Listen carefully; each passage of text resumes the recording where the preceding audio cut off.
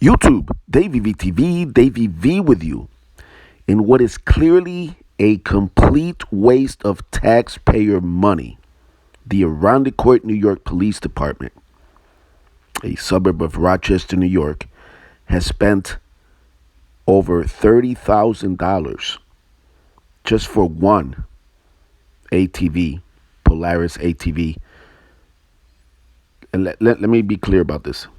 They've bought several of these, each totaling at least $30,000 each, to what they claim is to combat illegal dirt bike riding in the town.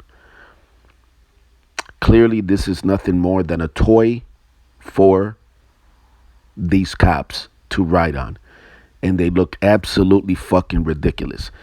And let me be clear, this is an accident waiting to happen. I don't get it.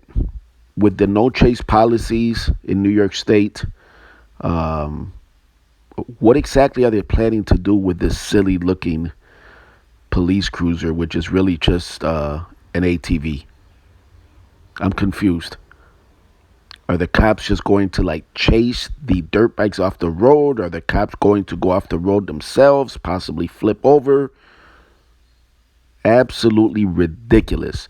And again, another example of how taxpayer dollars are misused by law enforcement.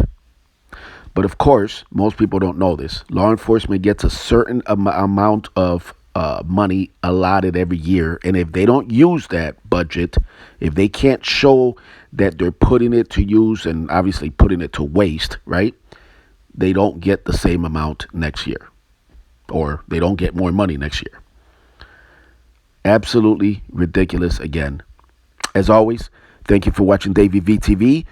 Roll the video. Irondequoit Police Chief Scott Peters tells me these UTVs are capable of keeping up with or surpassing the speed of illegal off-road vehicles. And so far, at least 10 dirt bikes and other illegally used off-road vehicles have been impounded. If you live in Irondequoit, there's a new kind of police car to watch out for, and they're known as Polaris Razors. The Irondequoit Police Department recently acquired 2 utility terrain vehicles, or UTVs, to catch illegal dirt bike and ATV drivers wreaking havoc on the road. It's been happening the last few years, and so at this time, we decided, what are we going to do about it? So with that, we bought these vehicles. At the end of last month, the town board approved more than $30,000 each for the UTVs, plus gear and training. That action followed a disturbing incident. Probably about a month ago, we had an incident where probably, I would say, and it's estimated between 250 and 300 dirt bike, ATV, illegal use riders came riding through the town, all the way through Lakeshore Boulevard, all the way up to Randy Smith Park, Kings Highway.